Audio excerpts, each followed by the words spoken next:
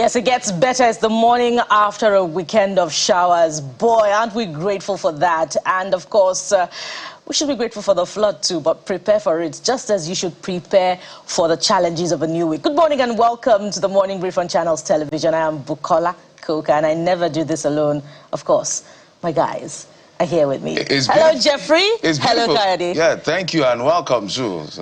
You know, I have so many things in my head. I'm in a rush to say what I have to say. Weekend. But let me say good morning to everyone. Welcome to the program. It's going to be an amazing journey. It's a brand new week as we head toward the end of the month, and all of that. But I'm grateful to God for bringing the showers of blessing, the rains. But I'm unhappy with discos, gencos, what's the other one called? The transmission company and the Ministry of Power. A lot of people are not happy with you. What is going on with power? It's been 64 years of our democracy, and for 64 years we can't get one thing like power right. It's becoming too embarrassing. We need to fix this, and we have to keep calling it out until it's done. That's what's on my mind. You know that Jeffrey is really angry this morning. I have not even gotten to the part of welcoming you to the show, guys. You know, Jeffrey just skipped his motivation part and went straight for power supply. Because that's what Nigerians are suffering. There you go. So welcome to the show. Monday means business, and you can tell from the tone of the show this morning. I'm Kayode. It's good to have you on the program. Guys, I know that a lot of young people say, I don't want to get involved in politics. You know, I was hurt last year, 2 years ago, and the rest. But if you don't want to get involved, we'll bring it to you. We'll make sure that you get involved in politics and governance. And that's what we're starting off with this morning. I know it's been days of primaries in Ondo State, but we finally have, a winner from the primaries in Ondo State. Yes, let's first tell you that Governor Ayedatiwa of Ondo State has secured the nomination of the All Progressives Congress, yes, in that state, following his declaration as the party's candidate. The governor clinched the nomination with a resounding victory, amassing a total of 48,569 votes in the primaries. That's true. His closest contender, Mayowa Akinfolari, trailed behind with 15,343 votes, while Chief Olushola Oke secured the third position with 14,865 votes. Of course, that comes with a lot of contention in the state. We heard yesterday that there were protests trailing the primaries. There's a lot of rivalry. There's a lot of 16 people actually get for this, 2 of them women and 14 gentlemen. Eventually, there has to be a winner, but it's marred with a lot of controversy about claims, allegations of irregularities. We had a conversation yesterday. All of the people, some people are even calling for the cancellation of this exercise. Some are saying they should remove the committee chairman, which is the governor of Kogi State, Usman Ododo. So we're going to see how this plays out. By the way it works with politics, after the primaries are conducted across the 203 wards in the 18 local government areas, we have over 170 to 1,000 members in the party. But looking at the number, these were the people that eventually won. They will now have an appeal committee where all of the people who have grievances will put forward their grievances, and then the party will eventually take action. But for now, we can say congratulations to Ayedatiwa, the governor of Ondo State, who has finally emerged as the party's standard or flag bearer for the November election in Ondo State. Yeah, I think it's just right to take a listen to Governor Ayedatiwa in the aftermath of that. Again, you need to get interested in governance because that's what actually sets the tone of your business, your work, your life in general. So let's take a listen to Governor Ayedatiwa. The party is proud of all of you for these sacrifices to be here at this time. Thank you for being loyal party members. Thank you for being worthy delegates.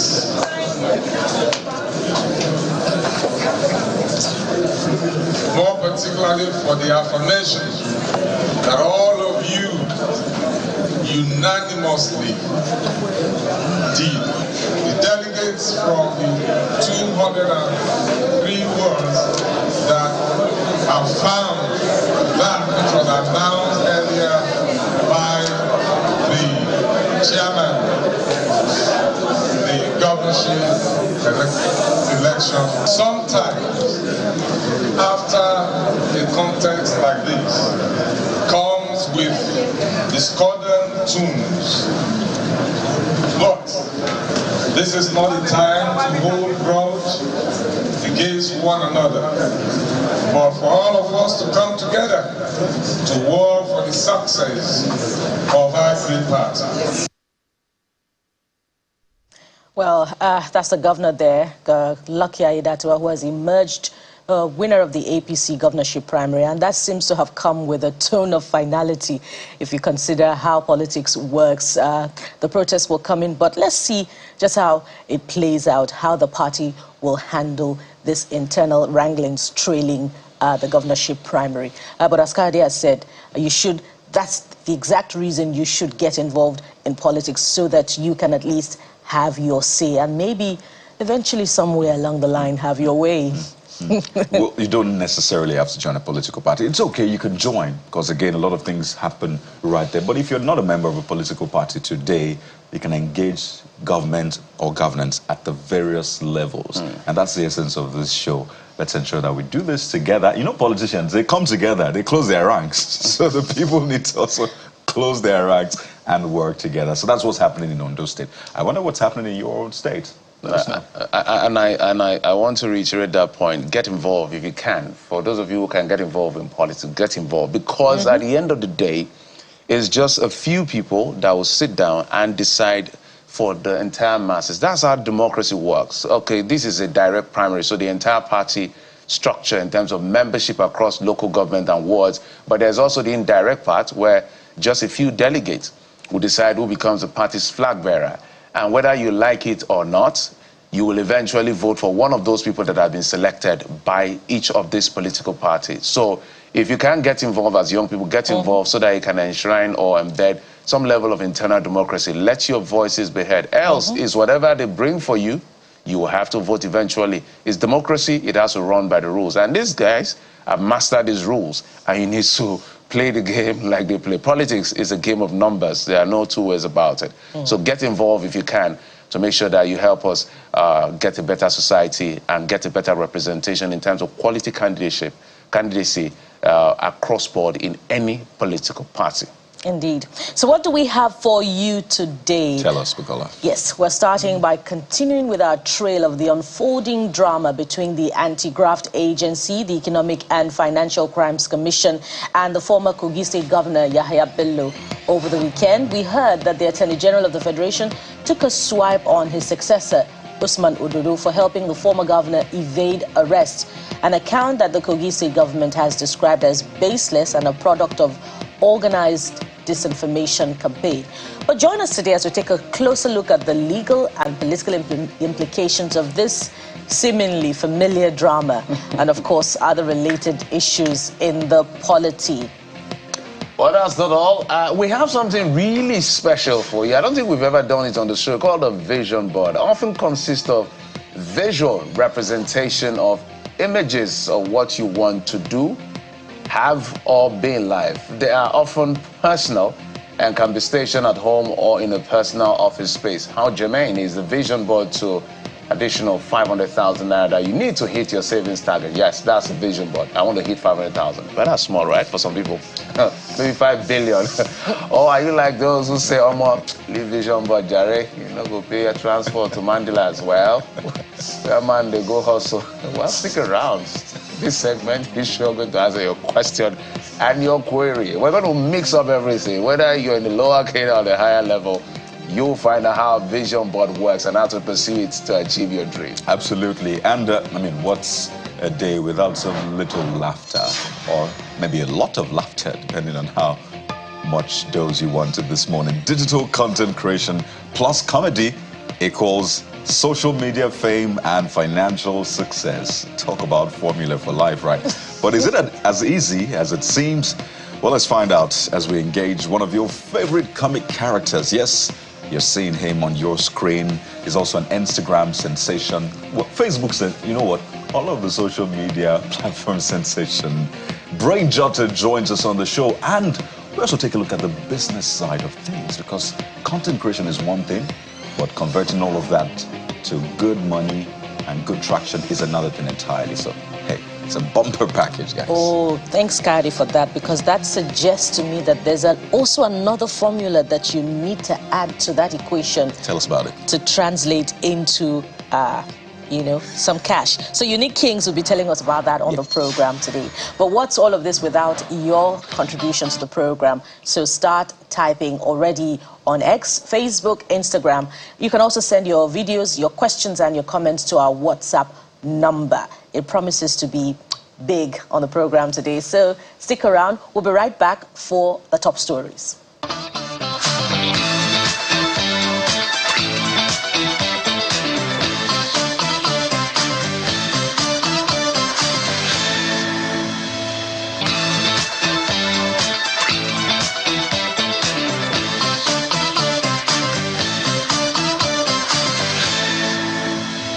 Back to the morning brief, starting with the headlines. And on a sad note, the weekend began on a tragic note for the Nigerian Army Armed Forces following the death in an ambush of 6 personnel of one division of the army deployed to Alawa and Irina while on a fighting patrol to Karaga village in Shiroro local government area of Niger State.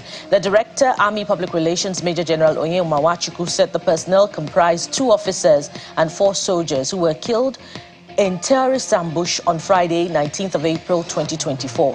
Nwachukwu said despite the setback, the troops gallantly fought through the ambush and eliminated several of the terrorists, as well as capturing some of their equipment. Sadly, however, he confirmed that the troops suffered a temporary setback as 6 personnel were killed. This comes 6 weeks after the gruesome murder of 17 soldiers in Okwama community in Delta State.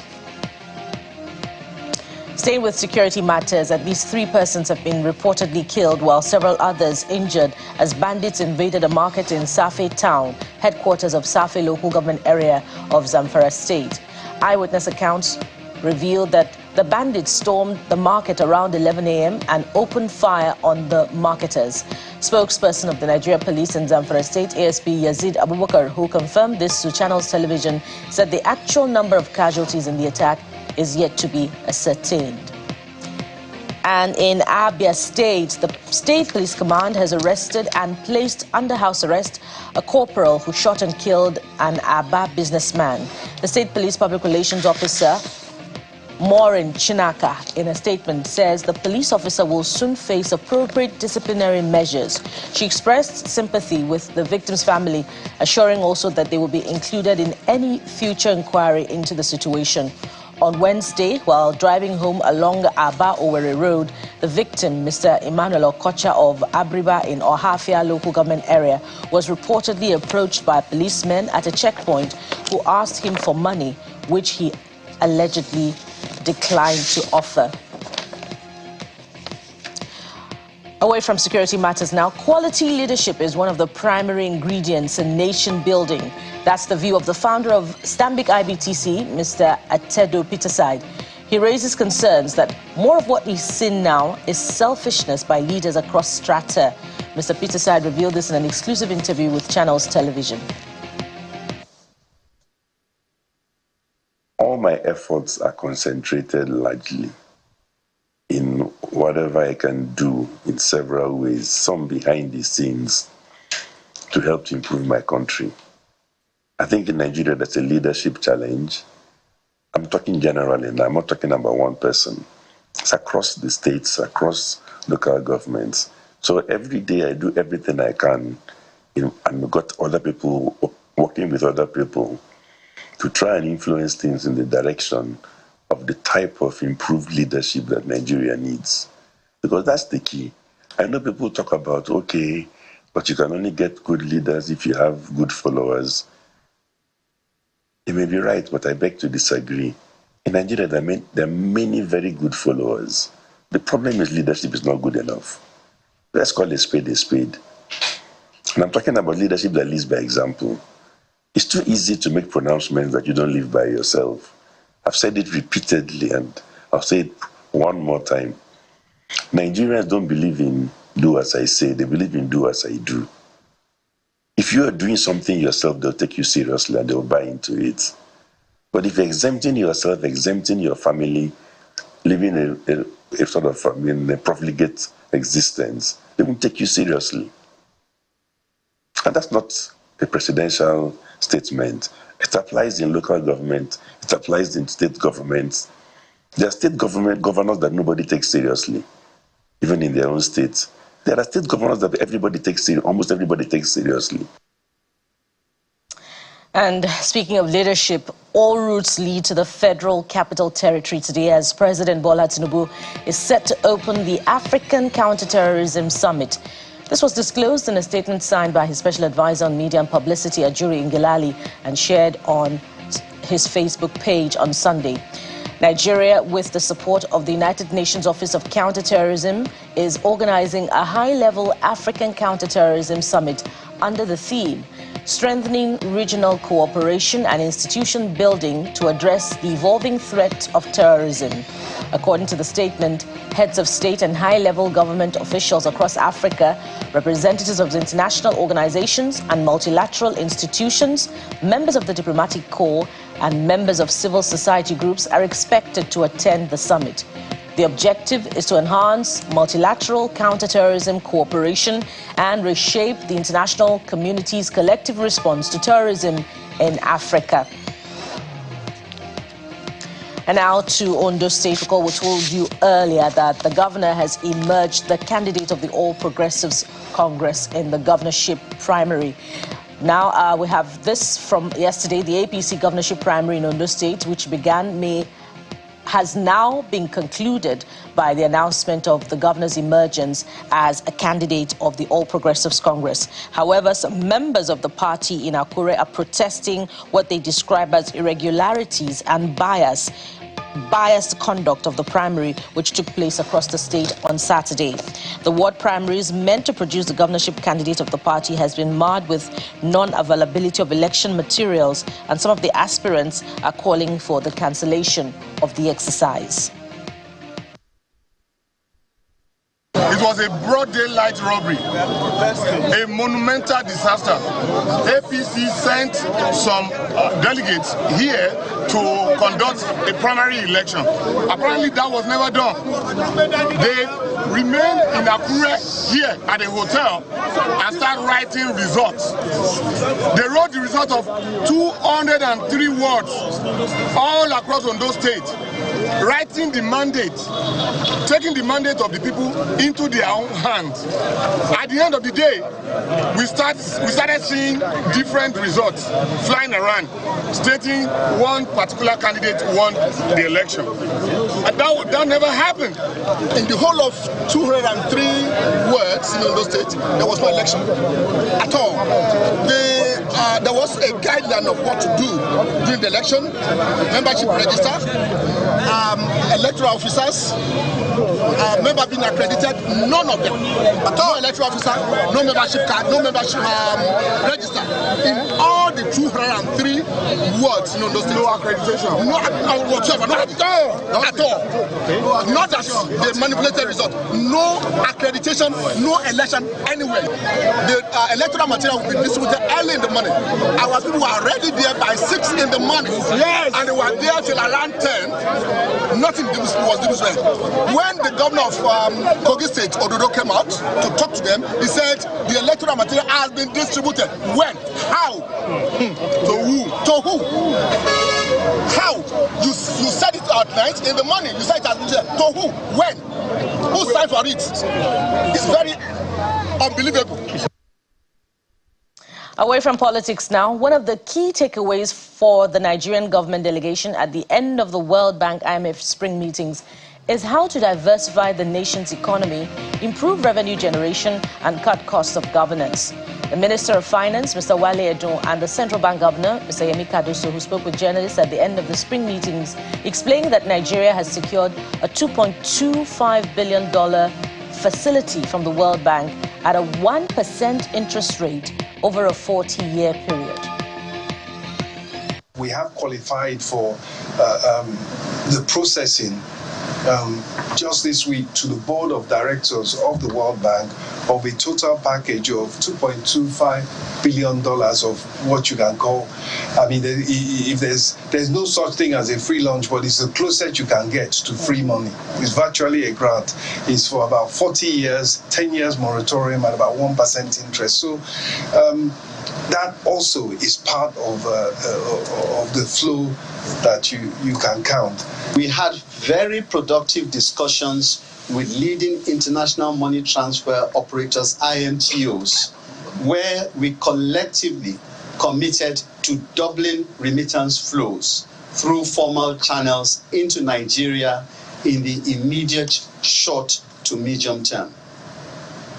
This target is both ambitious and achievable, and we're wasting no time in setting up a collaborative task force reporting to myself to drive progress and address any bottlenecks that hinder flows through formal channels. And outside our shores, the U.S. House of Representatives has finally approved billions of dollars in new U.S. military aid for Ukraine to help combat Russia's invasion. The much-delayed measure had vocal opponents in Congress, and it took a fragile bipartisan deal to get the $61 billion package through. Republicans say more than a third would be dedicated to replenishing weapons and ammunition. Ukrainian President Volodymyr Zelensky describes the U.S. support as vital. Ukrainian soldiers are now running low on munitions and having to ration artillery shells on a front line more than 1,200 kilometers long.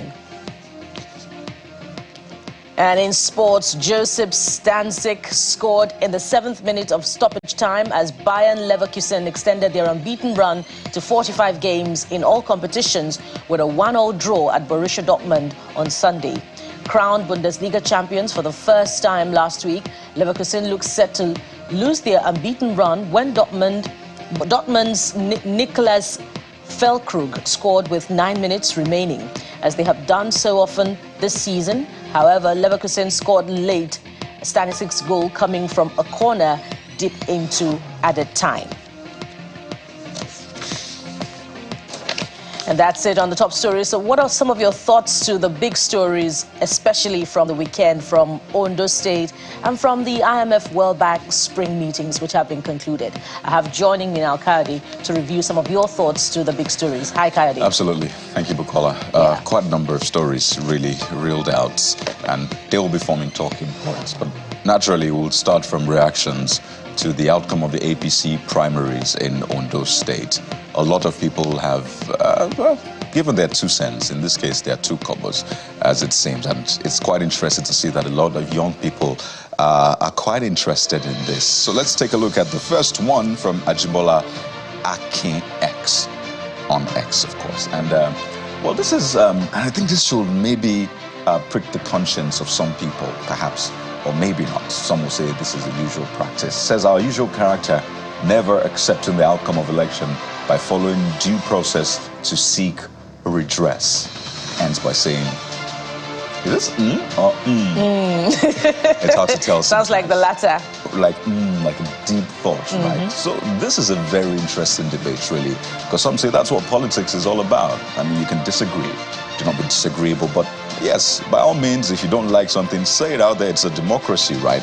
But, well, he thinks there should be due process to seek redress. So that's what Ajibola Akinyak says. Well, Baba T's thoughts are not so encouraging either. This is what he says at Tolu Francis. If APC can show this much desperation and hold primary with so much irregularities, one can only wonder what they have planned for the main election. Time for Ondo people to wake up. Now, what wake up means is what we don't know, but I think we can also refer wake up to what we started off our conversation with this morning, that you should get involved in politics. You should have your say, particularly because of, trends of dissatisfaction like this that trail governorship primaries and election. Right. And this one from Cillian Preacher, essentially re-echoing what we saw earlier, saying this is the usual route. And you can sort of tell the sentiment of people. when they see these things play out. So the question is, how much is this hitting home for the average politician out there? I mean, these things are said time and again. Does it really prick their consciences, or do they think, well, you don't understand the game, we understand the game, so let us play the game, while you naturally just stay the spectator stand and just maybe cheer us or boo us or what have you? But that's what the salient preacher has to say about this. Yeah. From there, we go up to another talking point this morning, and that's about the FX rate, the rate of the naira to the dollar. There were some losses over the weekend, you know, in a departure from what was experienced towards the end of last week. And you've been talking about this issue, particularly about what the CBN governor has said, which is that there'll be ups and downs, but the Apex Bank is working towards stabilizing the foreign exchange rate. Starting with Ola, who says this morning, without aggressive production, especially farm produce for exports, I don't think FX will be stable. Sammy Kong 19 says, leave dollar. Okay, but there's more to that particular comment on X. Says, just bring the price of fuel down, because even when dollar was cheap, things were still expensive in the market. So this user says the main problem of Nigeria is fuel and diesel price. So you can understand the context of the leave dollar. I don't think you mean it just leaving the dollar, because you have to put in these measures from the monetary policies to the fiscal policies. You have to make sure that both of them go hand in hand, essentially. So, I mean, you shouldn't leave one for the other. Make sure that both are handled at the same time. Yeah, and there's prospect for, you know, this expectation when you consider reports about Dangote refinery kick-starting production. And there's also, you know, a huge reason to be hopeful, you know, when you consider that Port Harcourt refinery is also talking about production at 500 naira per litre. That's what we gather over the weekend. Don't get your hopes too high, but yes, demand absolutely for those prices to drop. But hey. So let's go to this next one from Sammy Kong, who says, okay, you're taking Sammy Kong. Yeah, this one is from Ogbeni D1, who says, at least before you finish your tenure, you will empty the foreign reserves. Come on. So there needs to be statistics to back this. If you're saying over the past short period that we depleted it by a certain amount, was it up to $2 billion or thereabouts? $2 billion. Yes, and now we have $31 billion. So if there's an empirical projection to your statement, would like to see it. I don't want to do the math for you, but you need to back this up with some projection and data. Projections. But more importantly, we need to be keen on the figures from the foreign exchange reserves. If the CBN has explained that they're not using funds from the reserves to defend the naira, then we must, as Nigerians, demand more accountability about where those funds are going to. Yeah. And it says that the only solution essentially is for Nigeria to start producing, export, or at least produce whatever we're consuming, and increase taxation on foreign imports. Now that is a conversation we will have, but not today, definitely. But don't worry, we're going to have this conversation with customs and businesses that essentially import and the rest. Yeah. So let's move on to...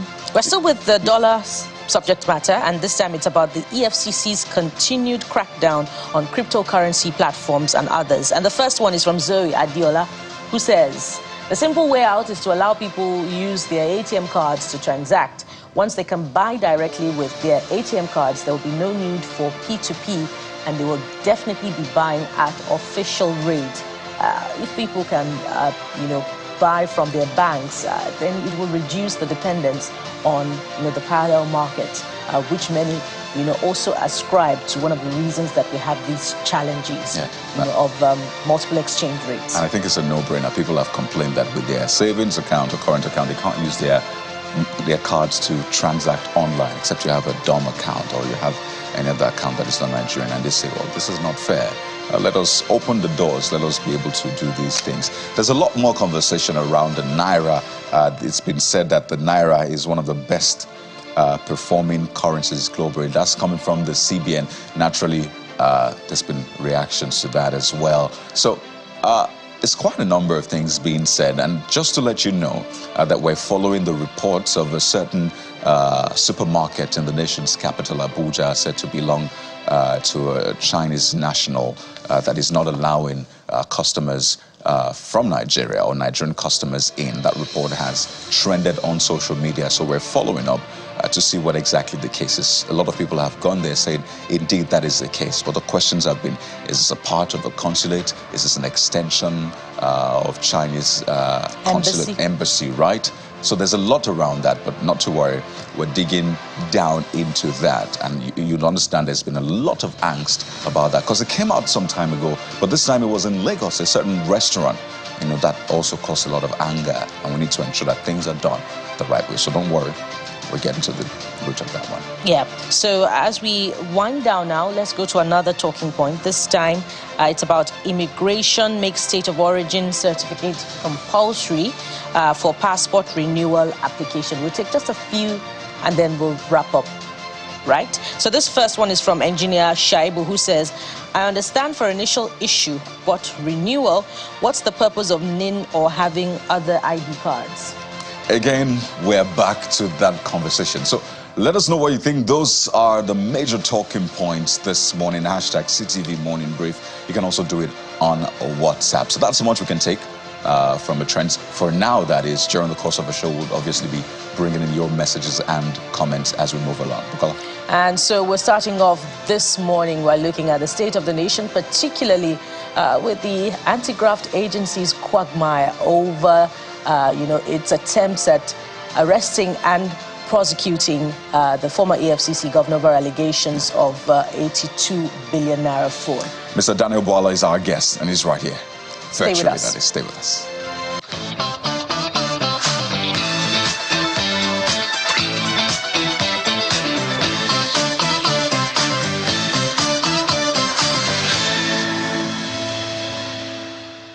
Lucky, that you are 48,569. Jimo, Folorunso, 9,456. Wahid, Fumilayo, 529.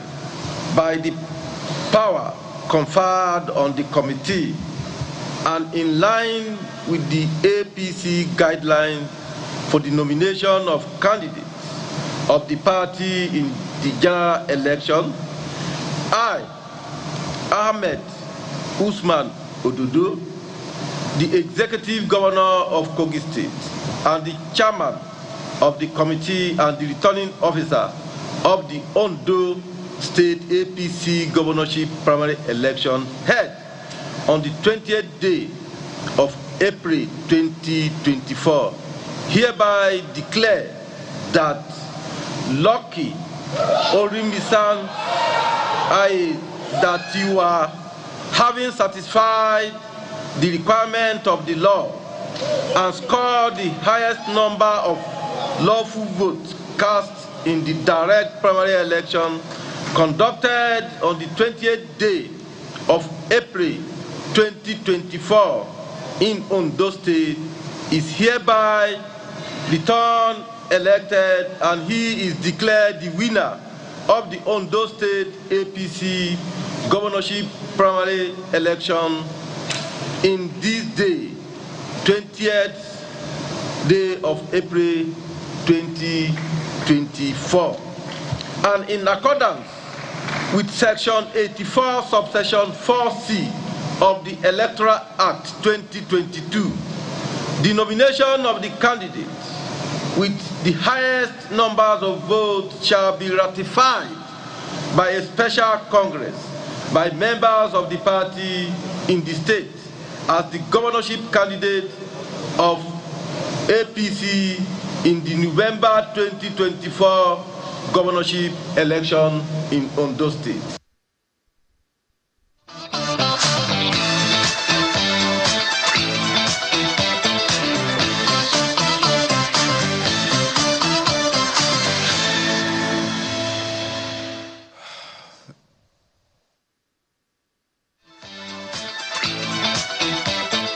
Well, it was a weekend quite all right, but you know what they say about politics? Politics never sleeps when you're snoozing on your bed.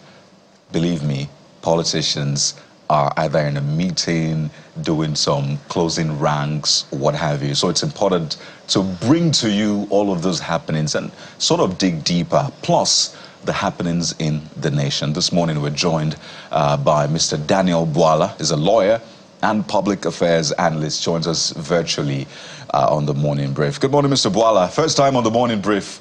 Welcome to the show. Good morning. Thank you for having me. You guys are doing well. I started following it when it started. It's a program that has a variety of topics and different people are able to come and express themselves. So let me say you're doing well. Well, thank you very much, Mr. Bwala. But, you know, when you look at the political situation in the country, I don't know if Nigerians can say to politicians, you are doing well, just like Mr. Macaroni would say in his skits.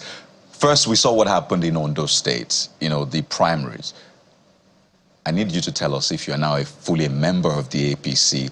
But speak to us, because a lot of Nigerians say, this is the usual practice. Can we ever have politics played in Nigeria without the usual back and forth, people protesting, saying we're cheated, we didn't get election materials, this is a fraud, and the rest? You are a politician as well, but the beauty is you have views from both inside and outside. Help us understand the thinking, the mindset of the average politician, particularly with this primaries. Yes, the very concept of democracy is man-made, and anything that is made by man will have its own frailties and problems. Funny enough, although it is man-made, it was not made in Africa. So it is, you can see the layer before it got down to Africa. And then when it came to Africa, democracy found its way through the cultures of men. And if you look at the way politics is played in Africa, not just in Nigeria, different parts of Africa, it is still largely influenced by cultural beliefs and the tendencies. So that's why democratic process, of course, which is reflected through elections, are not perfect. Sometimes they are characterized by so many factors, factors of influence, factors of rigging, factors of probably the use of force, taking of advantage, compromise of the institutions. All of these things are there. If you go to the Western world, they also have their own peculiarity. You can't believe that after how many years, America will still be saying that the election was rigged or the election was not perfect. So we understand that, first of all. And then the system will work itself out through the strengthening of the various institutions and party ideology. So I'm not surprised that in Ondo, for example, the process was complained about by those who didn't get what they want. But to the one who won, he will tell you that is the best form of democracy or election that has ever been held. I remember Abiola's election, when the election was adjudged as the freest, but the military didn't think it was free. So it is always like that, but I'm sure that we will all learn and grow as we keep pushing. But Mr. Bwala, I was asking you on the side as well, because we need to understand where you stand. PDP, APC, PD, APC, you've heard this question a lot, so help us put it to rest this morning. Yes, well, I have put that to rest many months ago, even on your channel's network through a sister program. But if you want to also hear it in your own program, then it is okay to say that, you know, I was a member of APC and then I moved to PDP during the election. And then after the election got concluded, everything settled, I decided to support the President Bola Ahmed Tinubu. And there are 1,001 Nigerians who are supporting him. Some of them are not even partisan. Some belong to different political parties. Others belong to their political parties. So at the moment, I'm a member of PDP. But if you tell me whether my mind, soul, and spirit is in PDP, I will tell you no. And I have not officially joined APC because everything you do, it has to be taken progressively and step by step. So this is where we are. I am an independent. Some would ask if you are now following in the footsteps of the Minister of the FCT, Mr. Nyesom Wike. But, you know, you can answer that while you also reflect on this next bit of the question, which is still staying with the Ondo primary. Specifically, would you say the factors of rigging and all other influences also showed up in the Ondo APC primary, where a lot of people had said, look, the governor and incumbent stood no chance, particularly because he was a newcomer and all the other contenders in the primary are bigger politicians when you consider the history, you know, and the political makeup of the All Progressives Congress in Ondo State? Well, to be frank and fair, I do not have all of the facts to make a conclusion as to whether it is fair, free, or it was fraud. That's one. But also because I have participated in politics, and I remember in 2018 or thereabout, I also ran for Senate of the FCT in APC during the primaries. And I have my own experience to talk about, to suggest that sometimes it may not be rigging, it can be decision of the party. And sometimes it can be a incumbency factor. So for those who think that he became a governor, substantive governor not long ago, therefore he stood no chance, there can be a counter argument because the power of incumbency and sometimes the benefit of knowing that somebody is already there and all you need is just to give a little support and then you are home and dry can be a factor that will work for him. And then a bigger picture might also be what is the body language of the party at the national body. Because in political party, actually, sometimes it is difficult for you to think that primaries are started and concluded in on their own face value. Sometimes there is a body language of the party. If the body language of the party is in a certain direction, you discover that centrifugal and centripetal forces will walk in that direction. Now, whether you call that bad or good is what I don't know. Because after all is said and done, our electoral act says that it is a political party that sponsors a candidate. This is where we have the problem. If it is a political party, then political party can influence how a candidate emerges. This is what I want to say. I can't remember the first one that you said I should talk about when I reflect. Well, I was asking if your independent spirit is like that of the minister of the FCT. Yes. Now, and will it see you getting an appointment eventually with this current government?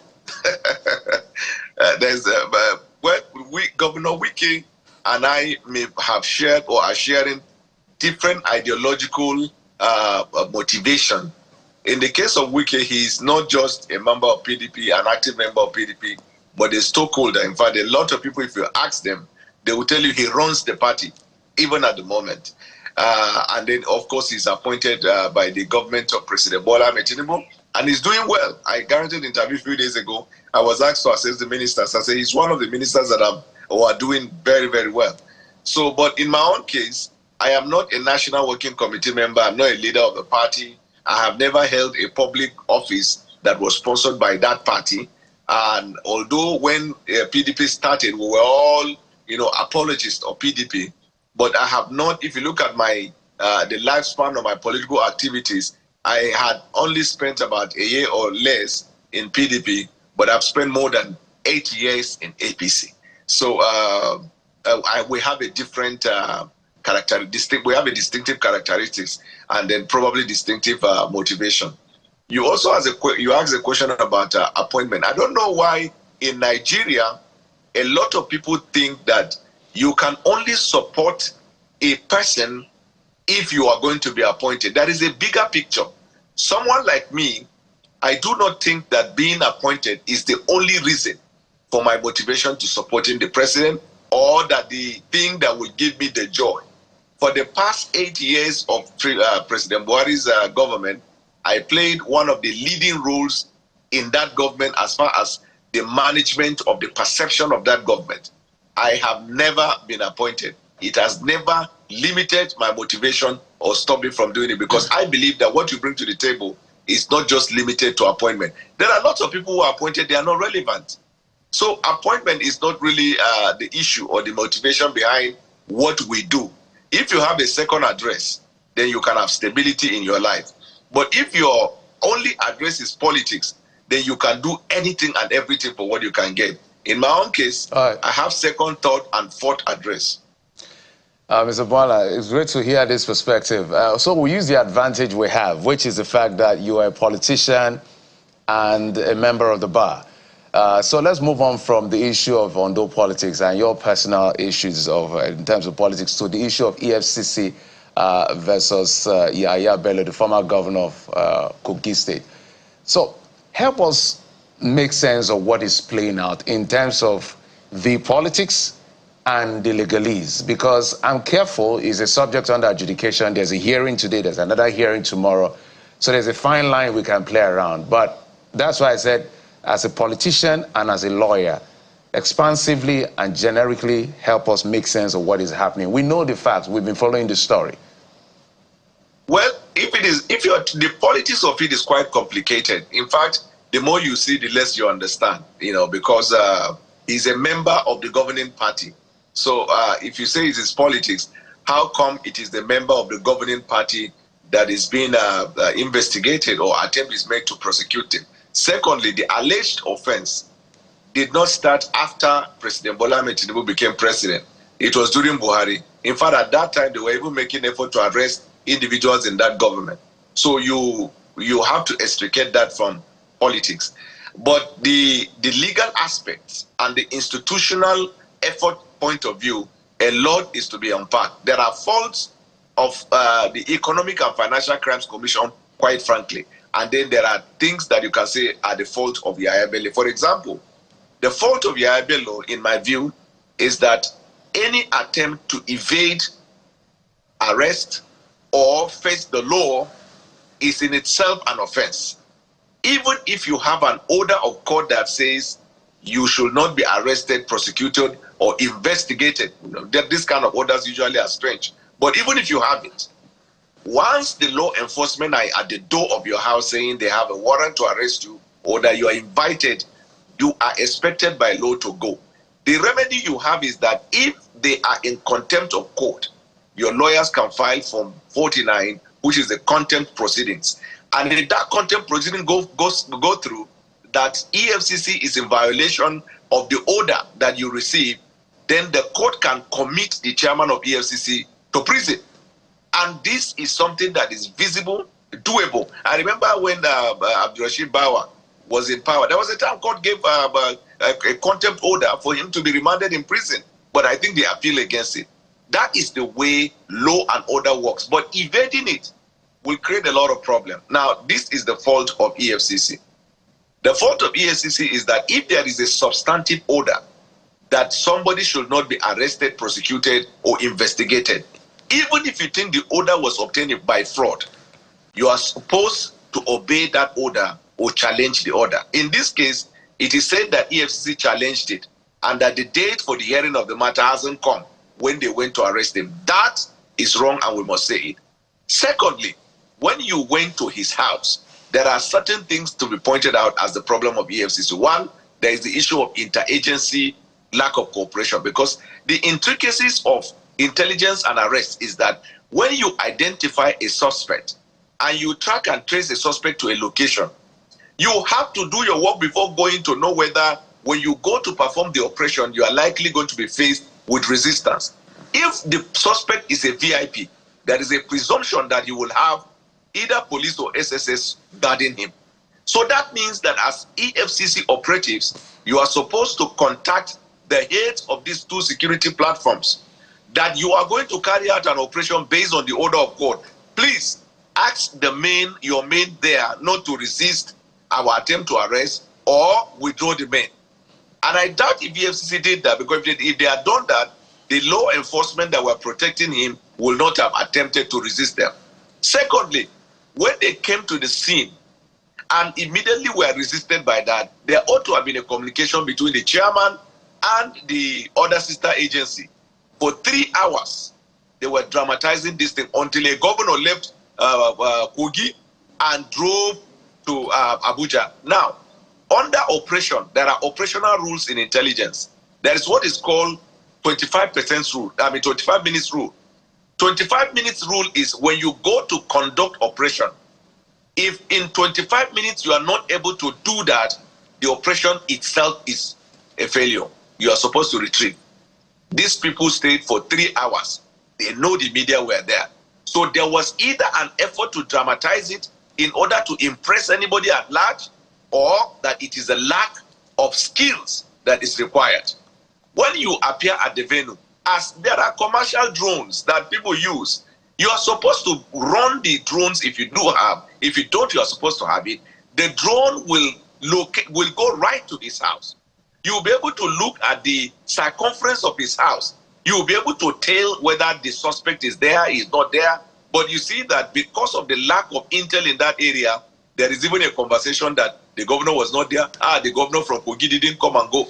All of these things are disgraceful and embarrassing. Well, Mr. Bwala, so this played out on Wednesday for hours, and you've given some analysis of that. This is Monday, almost a week after, 5 days after that, and well, we've not seen any much changes. He's not been taken into custody. The EFCC, by the way, the appeal is meant to be heard today for EFCC trying to vacate that particular court order restraining it from arresting the former governor. It's meant to be heard today. That's the 22nd. But the point I'm trying to make now is nothing much has changed. It looks like both parties are still at loggerheads. And you've heard the EFCC saying they might even call in the military if they need to apprehend the former governor. You said the politics is quite complicated. A lot of people seem to see the body language of the president through what is playing out now. But my own concern is, how should this end? You see, that's why I use the word, the whole thing is disgraceful, because number one, it is a reckless statement for EFCC to say they will call in the military to arrest a civilian. Now, two, they don't have the power to call the military. There's only one person that has power to call the military. He's called the Commander-in-Chief of the Armed Forces. He's the only one that can call the military. So that statement in itself is reckless. Two, three, is it not embarrassing that a private citizen will be having a loggerhead with the whole agency?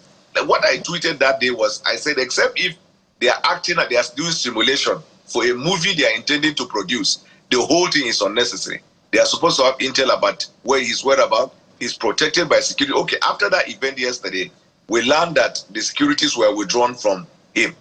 As at the last time when these security people were withdrawn, they ought to have reported to their respective commands of his whereabouts. Remember that both police and SSS, they have instruments for geo-tracking and geo-tracing. Three, they have already communicated with their sister agency, where now a, what do you call it, flight risk or whatever, watch list statement has been issued that wherever he is seen, he will be arrested. From all intents and purposes, he is believed to be in the country. I condemn the act of his lawyers who continue to misadvise him to evade the law, to dodge. This is the danger. If he keeps dodging and at the end of the day he's found and dragged to court, I find it difficult to see any judge that will grant him bail. Because one of the conditions for the grant of bail is that the person will not be a flight risk. But if you are already evading like that, just like in the case of Maina, the minute you are able to be dragged to the court, even if you have people that will stand as surety, it might be difficult for the court to grant you bail. This is the danger. Now, those who are misadvising him are saying he has an order of court. If you have an order, who enforces the order? You can't enforce the order. You will still require the law enforcement to enforce your own right. So, and you talked about the body language of the president. I think Mr. President is trying to allow institutions to do their work. He doesn't want to be involved in it. Otherwise, you can make the same case in Ondo to say, what is the body language of the president? What is he saying? He's trying to disprove the naysayers that he manipulates or he influences everything. And so he allowed the thing to play out. And the way it is being, the person who at this point was supposed to put his foot and do what is necessary is the Attorney General, who is the chief law officer of the country. From that minute that incident happened, that hour, the Attorney General ought to have issued a statement. He later issued it, but much more later or the next day. But from that hour, he should have issued that statement. And if EFCC wanted to conduct operation, they are supposed to let the Attorney General know, so he can tell IG of Police and DG of SSS to speak to their respective commands to make sure that there is no resistance. We can't keep having this type of nonsense in Nigeria. We are low, details of VIPs, usually they are more motivated. So sometimes they get carried away by that empowerment and motivation to think as if they are above the law. They don't know that the reason they are with the VIPs is because in the first place, they are servants of the public.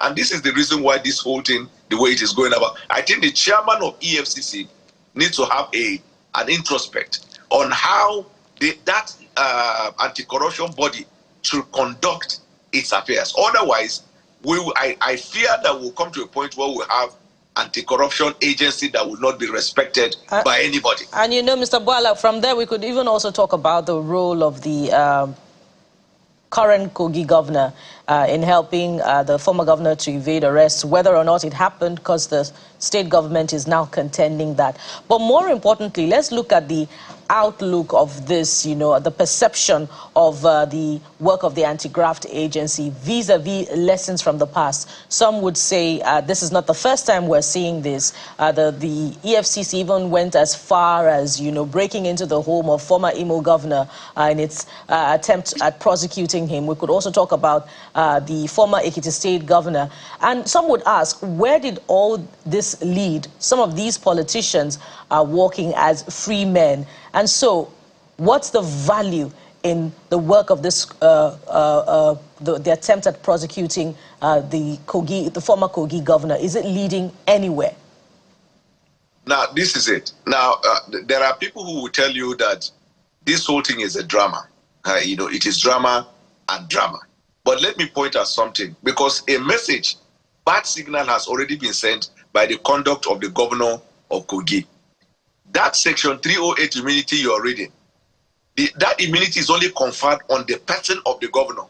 It does not confer immunity on his car, his house, or anywhere he goes. If an incumbent governor who enjoys section 308 tries to obstruct the course of justice, the use of reasonable force to resist him is permissible under the law. And he cannot go to court and claim that there is a violation of his fundamental right or there is a breach of section 308, because the section 308 confers immunity only on his person, not his car, his house, or someone else's house. That has to be made clear, so that if a governor tries this incident later, and you hear a case of law enforcement manhandle him, he may not have a recourse in the court of law. That's one. Two, if you look at the EFCC and their modus operandi, that's why people, like when they accuse them, they say you only succeed in getting Yahoo people convicted, and lately getting money mutilators convicted, but the high profile individuals whom the institution was established in the first place to deal with, you are unable to do that. You go to case, you end up not winning. And then the political also influence with. In the case of Okorocha, let me give you an example. They applied the Administration of Criminal Justice Act, I think section 11 and 12, where it says when you go to conduct operation to arrest, if you are resisted, use every force necessary, including breaking of the house, in order to carry out that operation. So they used that in Okorocha. Why didn't they use it in the case of Bello? Assuming you're applying the law disproportionately. Now, that's one. But two, you shouldn't even come to that point where you would have to be breaking people's houses. When you invite a suspect and he fails to show up, that's when you will declare him wanted. When you declare him wanted, this is an institution that's working. When you declare him wanted, you now use your executive responsibility of contacting either the IG of Police, Attorney General, the President, whoever is in that chain of command, that this is the decision of EFCC, this is what EFCC needs in order to be able to bring it to fruition. It will be done without all this Hollywood and Nollywood. But this idea of this drama, if it continues, it might get us to a point where there might be an exchange between the law enforcement that come to arrest and those who are protecting the VIPs, and then we see casualty. It does not portend well. And I'm sure wherever the president is seeing this, the president will quietly ensure that this thing does not happen again, because it does not portray the good image of democracy, the rule of law that we're talking about. EFCC must do thorough investigation and carry out their duties without attachments, so that politicians do not end up impeding on their character. When they apply the law, they should apply it disproportionately, like this naira money, naira mutilation or naira abuse. You see that kind of disproportionate application. If you want to do it, issue a statement. From today henceforth, anybody who is found to be abusing the naira, A, B, and C will be done. Now you went straight and perform operation on 2 people, and that means you can do that retroactively. People are asking the question, why are other celebrities not touched? You see that kind of disproportionate application of the law. But if you had said from today henceforth, that means you are not looking backwards, you are looking upwards. 3, Allow people who have the knowledge of operation to carry out the operation as a body. But much more than that, do that investigation. Don't rush because of media frenzy. Because the work of that commission is only a success if you secure conviction, not the drama that leads before the conviction. And if your conviction rate is more on Yahoo than on high-profile people, you cannot adjust yourself as successful. All of these things are very important. Forget about what the president thinks of whether you are, so we need to package some things to show we have achieved something. Don't forget about that. Do your job. The president has infrastructure to know whether you're working or you're not working. Okay, Mr. Bwala, quite interesting, analogy there. And it just gives a peek into what plays out behind the scenes. And as you said, perhaps the president is watching and he'll be doing some things to ensure this does not happen again. And that just brings me naturally to the next point. You've talked about the president quite a lot today. I know you've had meetings with him in Abuja, in France. And some people are thinking, are you like one of his closest friends now, or confidants, or what have you? So maybe you can give us a peek into the president's mind, particularly as it concerns the state of the polity. There are a lot of people that wonder, what is the president doing for the economy on the one hand? They're asking, what is the president doing regarding insecurity? We just saw what played out with some agitators, the Democratic Republic of the Yoruba, and people were thinking, how did that even happen in the first place? Now that you have someone from the Southwest as president. So as someone who's met the president, I don't know how much you people exchange, maybe phone calls or meetings or what have you. Do you have an insight into maybe how the president is approaching all of the happenings, economy and security, particularly in the country? Right. So I was privileged, one amongst over 200 million Nigerians, to be privileged enough to have the attention of the president. We've met twice, but we have been communicating, and I count that as a privilege. And if you ask me to tell you about the disposition of the president, I will tell you that this president is preoccupied with this idea of bringing economic reforms to the country. That's why he took those decisions that were not popular, because he thought that, look, it is better for us to face the responsibility, deal with it once and for all. In both occasions that we met, the conversation has been around the polity and how to advance it, not politics. It will intrigue you to know that these two occasions that I've had with the president, we never discuss APC or PDP. And the media are saying, are you there? Have you come? He never discussed that. He will talk about the economy, what he needs to do, how he's pushing it. He's going to hold people accountable. He will talk about security. This is his perception. What do you think about it? How he will make it work. He will talk about foreign policy as well. How that Nigeria must be positioned in a way where it provides leadership, not just in West Africa, but in the globe. And so this is my thinking of the president. So nobody should bring him down to trivialities of state drama and all of that. And those who manage him should also do their best to key into his vision, key into his dream, and make sure this thing work. Don't use the politics around the president to your advantage, but assist the president in fulfilling the mandate that he has. Right. He said it clear, and he has reiterated that over and over, that he is not about the type of person that will appoint people and leave them forever, because the time is short, right, and what he needs to do is enormous. Therefore, when he gives responsibility, he will give you all the support that you need. But if you fail to perform, then he will say bye-bye to you and then look elsewhere. Right. And this to me is commendable, because not too many leaders get into power and come up with this kind of ideas.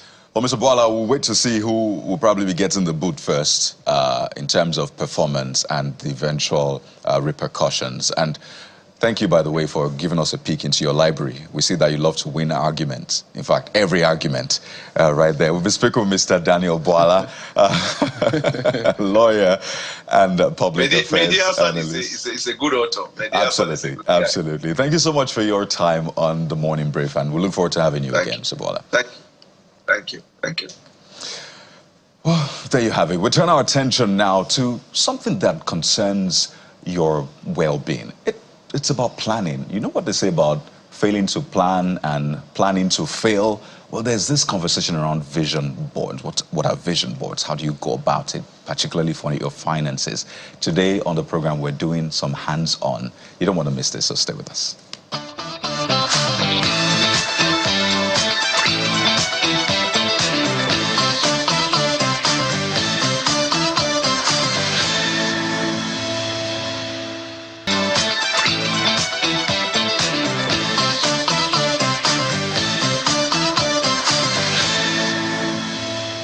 The CEO of Finlit Africa, Chidima Okoli, joins us now to bring to us and expand our mind as to exactly what is it we need to do when we're looking at the future. And they call it the vision board. Welcome, Chidima, to the program. Thank you for having me. You see the way I said it? A lot of people are now curious because everybody's planning. It's already April, and the year is moving fast as it can be.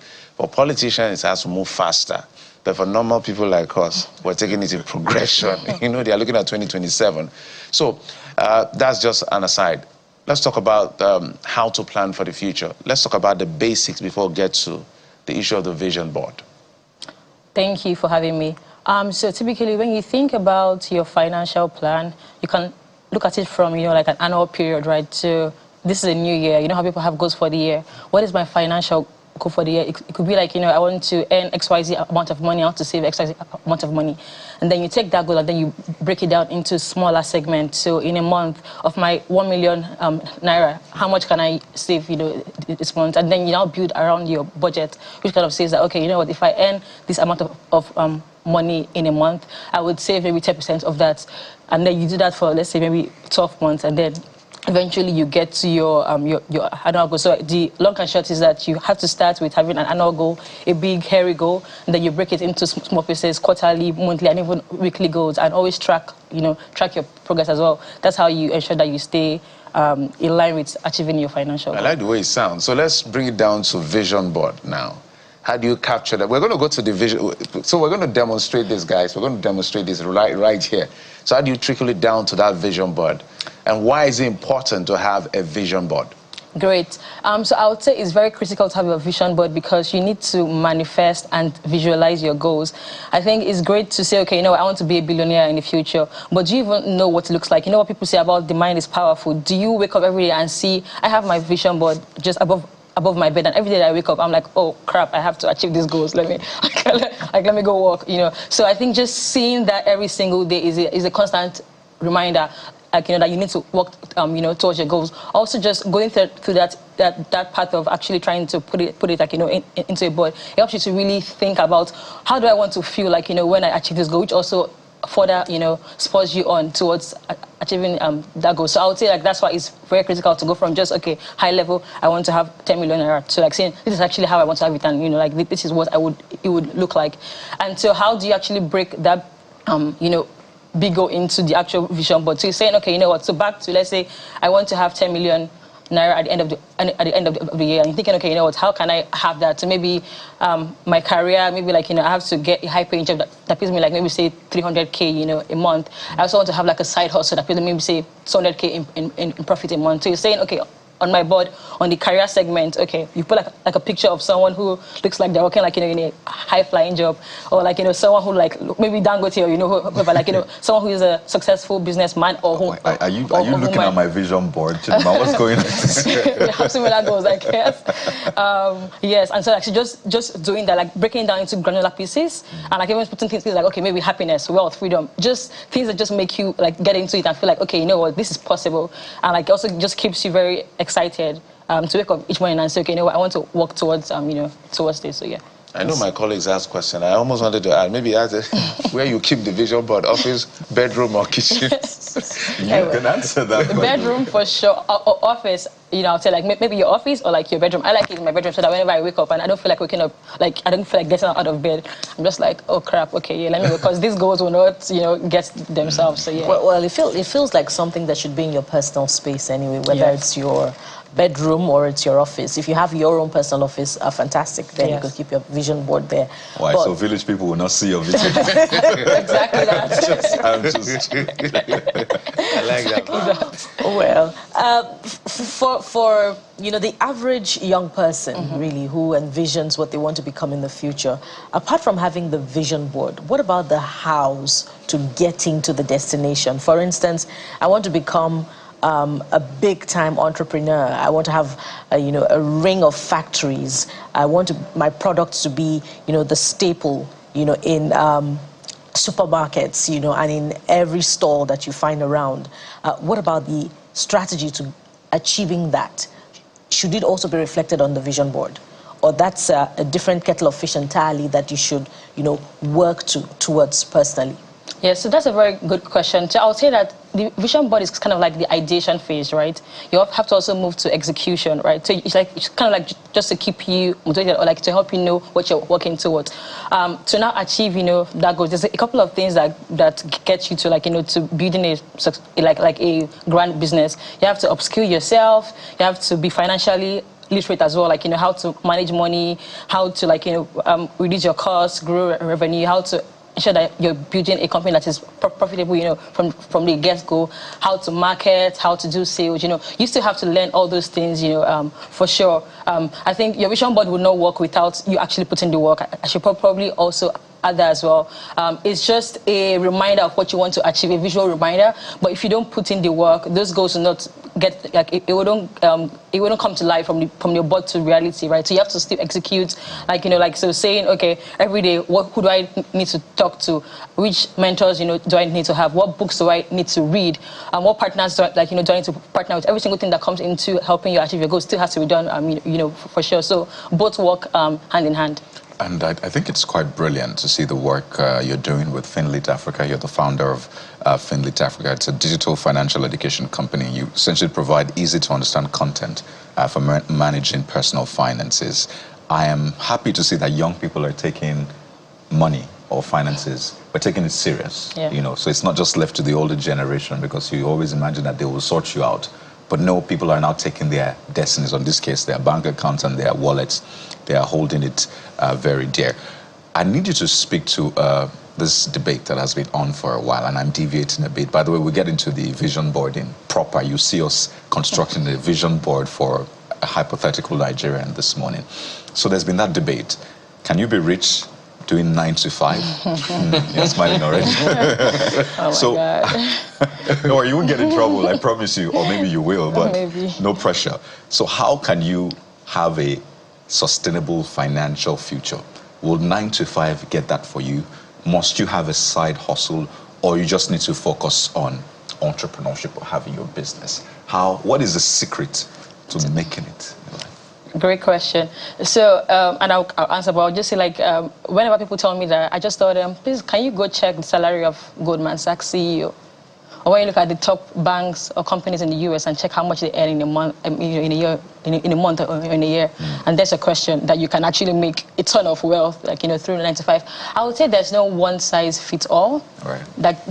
There's no clear, there's no one part. The people who are Aliko Dangote, he's a billionaire, he's an entrepreneur.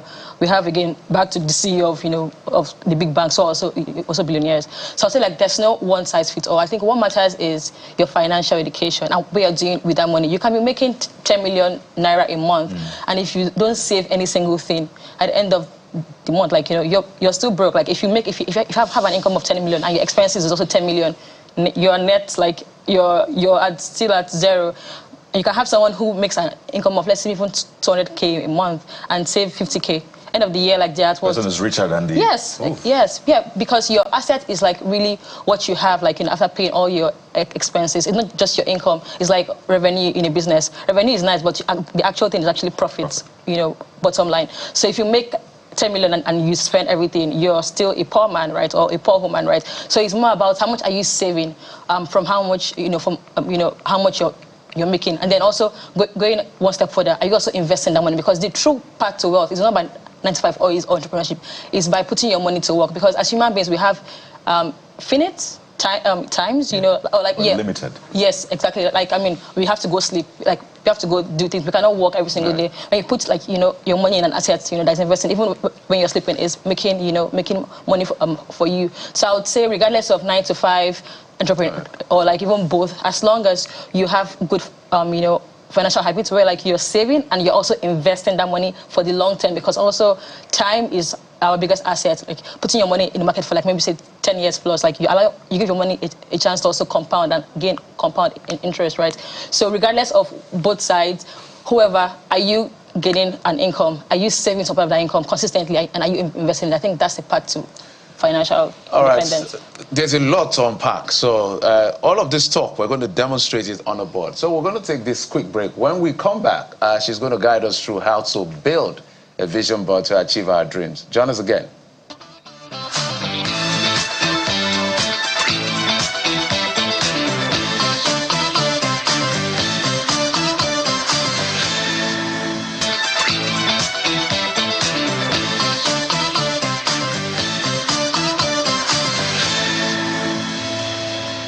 Welcome back. It's now time to demonstrate what we've been talking about, vision board. Chidima Okoli is right here to walk us through. Yes, that's our board, by the way. So Chidima is now entirely yours. It's a blank slate. How does this work? This is my room, his room, her room, this is your room. This is morning brief room. Yes. We have a vision. So walk us through. Okay, great. So the goal of the board is to create a vision board for a hypothetical Nigerian. So like, you know, the average Nigerian. What are their key goals across 3 main categories: finance, business, and career. It can be more than that, right? Yes, for sure. It can be like personal goals. Yeah, so personal, you know, health, academic, spiritual. You know, spiritual, of course, like even travel, lifestyle, marriage, like everything. It could be whatever, like, you know, yeah, it could be as grand, you know, as you want, yes. But I think for today, we're focused on just finance, career, and business. So what are the things you need for a vision board? So we need our markers, we need our scissors, we need our goals that we've also printed out. Right. And so we'll take them, we'll cut them, and we'll paste them while talking, you know, through them. Okay, so let's get started. So we have all of our tools here. We have the images, and then we'll essentially be cutting them out and putting them on the board. Yes. I'll hold on to this one and just cut it out. Let's see if it'll be a surprise. So this one is for finance. Yes. Right. So what is your finance goal? Thank you very much. So the finance goal of this hypothetical Nigerian. Yes. To be a billionaire, like Dangote. So you have the image of the richest black man alive, Dangote. It's a bit ambitious, you know, but I think it might also paint a picture like, you know what, Dangote is working hard and he's constantly evolving and making that money. So this may want to spur the average Nigerian. Well, I want to check his net worth, so that I know where we're up against. So what we'll do is we'll cut it out, right? Cut it out, yes, exactly. So this is for the finance goal too. And right on that, you can put like 10 million naira at the end of the year, right? So, so let's cut it out. You have end of the year, annually. Yes. Yeah, annually. Then you have to break it down into months. So each month, 10 divided by 12, that's just less than 1 million naira. 800,000, yes. That goal-getter require more years to get to his net worth. But Jeffrey's going to help us know what exactly his net worth is. According to this one I'm seeing here, $15.9 billion US. So you're going to need a little more than 10 million naira annually. Well, it's not from somewhere. Yeah. It's not from somewhere. Also, it's not from somewhere. Yes, and like, you know, like this goal is must for you cut him this like year. that? Yeah. Yeah, just cut around. Don't deface the image, please. Just cut around so that it will fit into the board quite well. And it looks good when you do that. Yeah. By the way, you need gum, so you can use that to put it on. So this is purely finance. So let's separate business from finance, because an education. So you walk us through what's the difference between business and finance. Okay, great. So people get to understand what we're dealing with. So I would say finance is more from like personal finance. Like, what is your personal financial goal? So maybe say I want to make 10 million naira, you know, by year end. Exactly. But when it comes to business, it's more like, okay, what do I want my business to make? Because also people sometimes forget that your business revenue is not your money. Even as a founder, I'm sure like even Dangote has a salary. Like every good corporation, the founder's income is different from, because you made $100K, you know, like your business doesn't mean that you have $100K. No, it means that your company has $100K and they'll pay you a salary, maybe like 10K or whatever. So it's good to have like, you know, different business goals. So it could be like, okay, sales goals or whatever, yeah. So this is the corporate element. That is personal. So this is for finance. That is for career, because that hypothetical Nigeria wants to go to school at some point and graduate. But you wrote business and school. Yeah, so business school. business Once they attend a business business school. school. Once So they go attend for a an business MBA. school. Okay, Yeah. great. And it seems that, you know, this is related to this. If you that's consider for the goal entrepreneurship of business. some, you know, Nigerians, particularly our brothers from the East, whose goal is importer and exporter, you know, I'm on my container and high sea. So, you know, there will be a huge dose of education required here, you know, particularly for those who have given up on doing business in an environment where what we're experiencing more is divestment. So what would be your counsel, you know, from the perspective of a finance expert about how to achieving this goal beyond putting it on the vision board? I think whilst you're trying to answer that question, let's get it one step at a time so we don't get it convoluted, right? Okay. So maybe we'll start with this finance part. Let's move finance. Let's move it in steps. So what do I do with this? Because with this, if we do one correctly, people will be able to advise you. Right in the middle. I think this should be in the middle, right exactly, here. Yeah. So let's be clear on what we're looking at. We're looking at $15.9 billion on this board. On this board. God, let us see clearly. So if our camera can zoom, I think it's still far away. Yeah. So I can then tag this. Yes. That's the man's net worth. Finance. Yes, finance. And then right like here. That's the GDP of some countries. So it's one person's money. Oh boy. In red so that you don't miss it. I tell you, very important. So 10 million. No, for the records, this is called the vision board. We'll keep re-emphasizing that. Chidima Okoli is our guide to ensure how do you have a vision board to pursue or achieve a particular dream. It could be a financial dream, it could be your business dream, it could be your career, it could be your marriage, it could be your health, it could be anything. It could be even spiritual. Anything. So the whole idea is to envision it daily. Okay, so Kayode, what are we looking at? So finance 10 million naira. So that's this the goal. This is saying at the end of 2024, right? Yes. You want to have at least 10 million naira disposable in your income. Yeah. There's something in economics called liquidity ratio. So, Chidima, tell us if we're doing it wrong, by the way, and what we need to watch out for please. when we're vision boarding. We need to be specific. Yeah. So I just put 10 million naira. So do I need to be more specific? Yes. So annually. Yes. Okay, so let me just put it here first. Are you supposed to put it on top of him? Or be under him? It could be under him. It could be. Can we put on it? Okay. No, okay, hold on. I think you should put it above. Put it above. So you see it. Yeah. So don't worry, you get to see this. So finance 10 million naira, but she says you have to be specific. Yes. I don't know So which camera can we use so that the people can actually see this properly. Annum. Yes. Annum is too okay. Yes, but I know. Okay. So there you go. So this is saying that, you know, like I'm seeing this man who is very rich and it's inspiring me to work hard so that I can have an annual income of 10 million naira. So what do we have next? Jeffrey. Jeffrey. Okay, no, are we done? No, you're next. No, hold you're on. next with Just the hold career. on. I feel we should break, if we do one right, others will be a walk in the park. Yes. So if you have finance 10 million, and that is your motivation, how do you now break it down? Do we need to write the breaking down in bits? Yes, so can we do that? Or you have another book where you now do the breakdown? Because I imagine that this cannot get all of the breakdown. What should be here? What should strategy for execution? Yes. So what should be here should be your high-level goal and your inspiration. Okay. Then you take this and then go break it down, like, you know, into like actionable goals monthly. So 100K, like, you know, 1 million, you know, a year, like per month. So this is enough. Per month. So this is my thinking as well, because that's a big vision. That's already taken. Okay. Yes. So if we divide 10 million by what is it again? So we're sticking to vision, the grand goals. So this is already a grand goal for finance. So we can now move to career. I understand you perfectly. Yeah. Because you can't do one size fits all.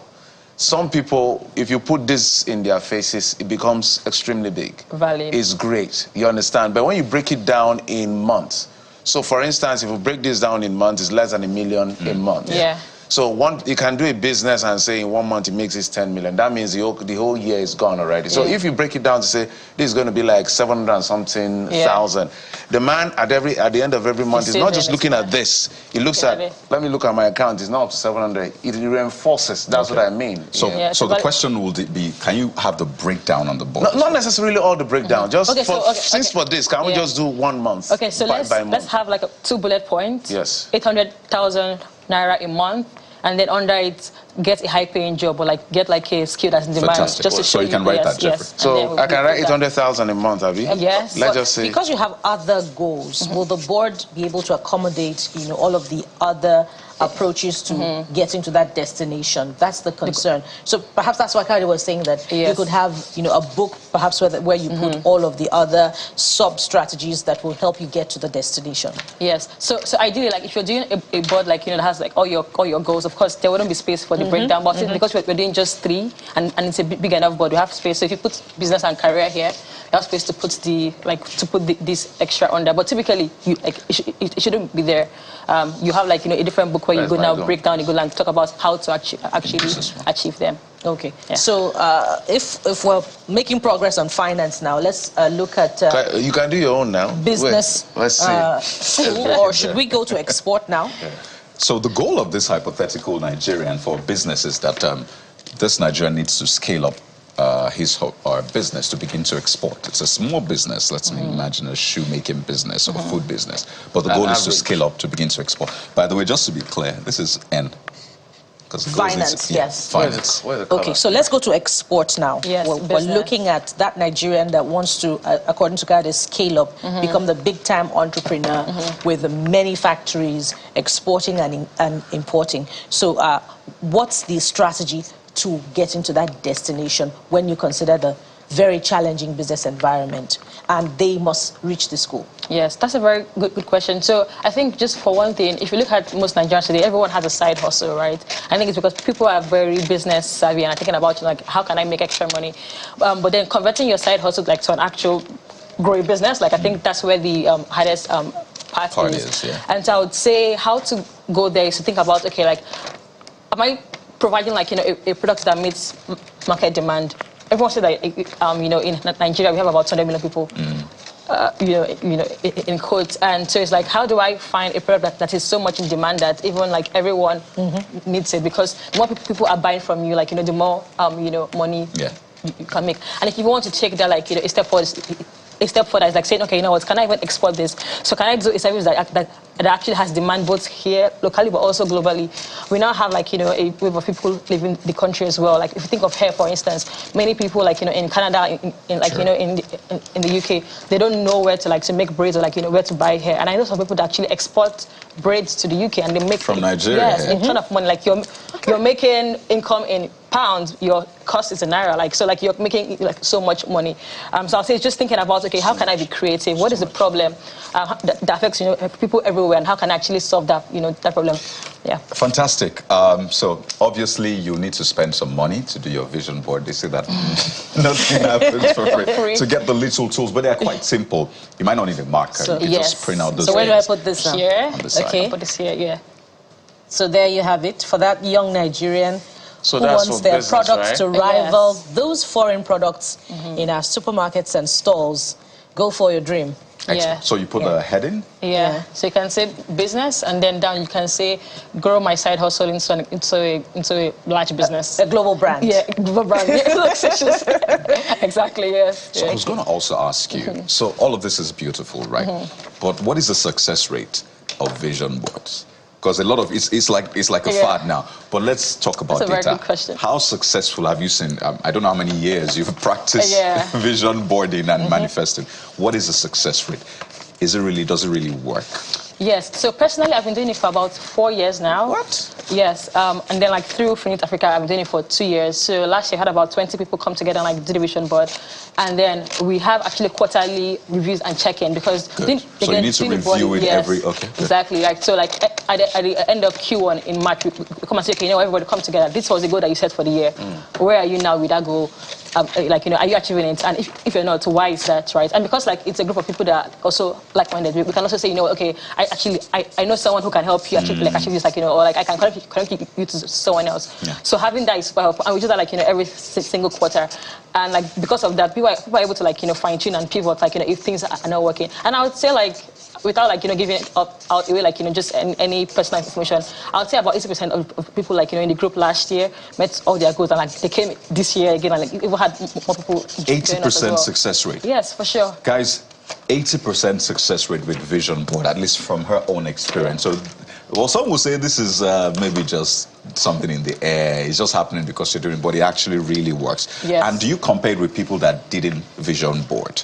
Is there like a comparison? Okay, so maybe we could do some sort of analysis. Yeah. So you have a group of people that didn't have a vision board at the start of, by the way, this shouldn't just be at the start of a year. Yeah. You can start today, anytime. So did you do like a comparison without vision board and with vision board? And I think for you will be maybe before you started vision board. Oh, for sure. So I would say, like, when I look at like my years before I started vision boarding, I would say that the years that I did vision board was a lot more successful and a lot more targeted, because I feel like if you don't have like a plan or a goal, then you don't really know what you're working towards. Like, things are always changing. I feel like having the vision board always kind of like brings me back to, okay, Chidwan, this is actually what you're focusing on for the month, and and do that. So yes, every year that I've done the vision board, I've seen like better results versus like when I just wing it and I don't. I think the beauty of this, in my own personal lesson, is the fact that it helps with metrics.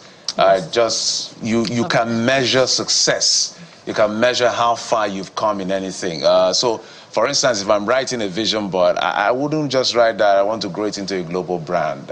How much do you want to make? A bit more specific in terms of market share and all of that. So in terms of metrics and all of that. Yeah, well, it can be accommodated somewhere. Market share, what's the market share? Revenue, so profits. At the end of the day, one of my question is, shouldn't you limit the number of things you are ambitious about? Because they say when you have too many goals, you may meet too many disappointments. So maybe have limited goals and big scope. What works for you? Yeah, so I would say, like, for each goal category, I like to have just 2 main goals. So finance, 2 main big goals, that's it. Okay. Career, 2 main big goals. Business, 2 main goals. Spiritual, 2 main goals. So that, like, you're able to, like, so that you're not spread, too thin, and like, you're able to actually execute on them. So yes, I agree with you. Like, you should have like just small goals, maybe just 1 or 2 for each, for each category, and just work from there. So we need to do the career part now. Yes. Jeffrey is handling the career now. Okay, maybe the person wants to obtain a PhD. Yeah, just maybe go to school, add some certificate. Yeah, and as Jeffrey does that, what would you say to skeptics who say, look, a vision board is not going to pay my transport fare to that place where I'm going to get to hustle. A vision board is not going to help me pass my examinations. I have the vision in my head. So what would you say to those skeptics who say, well, there's no value for a vision board in my space. I can still achieve my dreams without necessarily creating a physical board that, helps me see where I'm going. So I would say, first off, like, write a vision and make it plain, period. Like, write it and it works. And then 2 is like, okay, you've been doing it without a board all this while. How about you just try it and see? I think, like, it doesn't cost you much. Like, there's no harm in trying to say, okay, let me even see, okay, like, if it works this time. But also, I would say, like, just having a vision in your head and having it written out here, I think this is a lot more clearer and gives you more clarity versus, like, just having it, like, in your head. I think this also just helps you see, okay, this is exactly what I want to achieve, and it just motivates you. I don't know how to explain it, but like, it's just seeing it every day. Like, it just helps you think about, what are the other creative ideas? Okay, like, maybe it's already half here. I'm not getting close to this goal. What else can I do? Should I change my job? Like, should I, like, maybe get like a new role? Should I get like a new skill? Should I go and learn how to code or something like that, right? But if you don't see every day as a reminder, life gets so busy. Life in Nigeria in particular, like, gets so busy that, like, you almost don't have time, right? So I would say having it out there definitely helps a lot. Helps you, like, it keeps you on track. It keeps you focused. It helps you, like, it is also like a helpful, evaluation. Exactly. As well. So. Yeah, I was also going to ask about maybe escalating this. I hope that's the right expression. Can organizations have vision boards? Yes. So you are corporate, you employ, let's say, 50 to 100 people. Can you have a vision board, maybe something that will always be in the boardroom of the organization, or maybe on the notice board or something like that? Is that something that works as well? Yes, for sure. I mean, I think, like, large corporates have strategic goals for the year. Yeah. Yes, they do, but I'm saying the vision board kind of thing. I mean, I don't see why not. I don't know a company that has actually done it like this way, because I mean, it's playful, and companies like to form that they're serious. But I mean, I don't see why not. I feel like even having it also just motivates or spurs on the employees. It's okay, like, this is actually what we are working towards. You know how sometimes you work in a big company where you don't even know, like, what the goal is. Like, you're so removed from, like, the overall goal, and having, like, a vision board, and you say, okay, you know what, I'll go for the year. The company is to meet 10 M in revenue. How can I play my part towards achieving that? So yes, I think, like, definitely companies should like, for sure, have a vision board as well. That would be lovely to see. So yes, this particular young Nigerian who is 16 16 years old? Yes. Okay. Yeah, we're talking to netizens. Wants to have a PhD at 25. Oh, lovely. I would think it would be an MBA because it's a business school. I think typically is... No, just leave the business. Okay. Just graduate leave it at school. Don't confuse the vision board. Leave it at school. Interesting. Okay, great. Maybe we'll cancel the business and leave the school. Graduate school. Let me cancel. What is looking? I like it. You like it, right? Yeah, like look. Let's cancel the business. We're not disappointed now. We're restricted to school. Okay, so a blanket career goal, a PhD in any discipline. Sorry, I want to cancel so it doesn't confuse people. So I'm just saying graduate school. By the way, this is more than 800,000. It's about 833, so that they don't think we don't know maths. Okay. By the way, but we'll just keep it at least 800,000. So circa 800,000. I wanted to add a little comedic twist to this. Because, I mean, as you said, vision board should have some... it should be creative. Yeah, creativity to it. So I'm just updating the Dangote part. So I put Dangote still they find money. Yeah. True. So I just put it right next to this. No, let's give that. So you have no excuse, right? Let's give credit. Period. Burner. A great philosopher. A great philosopher called Burner Boy. A great philosopher from Nigeria once said. Exactly. So once you don't want to get out of bed in the morning, you look at a design. And like, please, my friend, can you like just get out of bed? Get out of bed. Like, stand up and go. So for the rest of the world, there's a great philosopher from Nigeria who once said, Dangote, still they find money. His name is Burner Boy. So just in case. We'll put it right there. In case you made money and you think you've made enough money, Dangote is worth over $10 billion dollars. And he's still going. And he's still looking for more money. He has built a refinery and he's already started working. And very soon he's going to, I don't know what he's going to do next. And you're here. Fantastic. We're here. Okay, so lovely. Getting a PhD at 25. In what course? Your counsel, strategy. I left it like that. Okay. The person can choose whatever. Maybe you want to be. Is it in Nigeria? Is it abroad? Here in Nigeria. In Nigeria. Okay. So this is assuming the person is 25-year-old. 16. You mean 16? Sorry, yes. 16-year-old. Okay. And it's saying by 25, my vision is to get a PhD in whatever career path or whatever I want to study. So that's basically. I was just gonna. I don't know if you respond to that. Yes, I was going to say like that, and just even having this at 16, it just helps you think about like I'm going into university now. How can I optimize my grades? If I want to get like a PhD at 25, how can I ensure that I'm kind of like having like a first class or whatever, so that I can get scholarship funding. I feel like it just helps them also just approach school differently versus like if they don't even have this goal at all. So yeah, I think it's a great goal for sure. I was going to ask. So the goals, should they be at the end of the year? Because this young man or woman is still 16. Yeah. Am I correct? 25 is like 9 years to come. So can you put 10-year goals on your vision board? Can you mix and match, or your vision board have to be at the end of the year, a yearly thing? So I've done both. I've had like annual goals where it's like, okay, you know what, end of the year, like I want to do this thing. But then I've also had goals where it's like short term and long term, because like, so think of things like, let's say maybe a spiritual goal. I want to be closer to God. You never stop. Like it's continuous. Like it follows you like every year. So I have like, maybe say this is like my short term goal and this is like my long-term goal. So like you have both. So for instance, this is a 1 year, like a short-term goal. Yes. This is more like a long-term goal. This is also like a medium-term goal as well. Yes. So so like you can mix and match. Like this is very long-term. Works for you. This is this is not medium-term. No, this is more long-term. No. This for me is short term. Yeah, this is an annual goal. This is long term. Just so they know that this says this Nigerian, I want to achieve this by the end of the year. Naira in finance, in savings, I imagine. Yes. By the end of the year, that's per annum. So that's why we're saying this is short term compared to getting a PhD at 25 when you're still 16.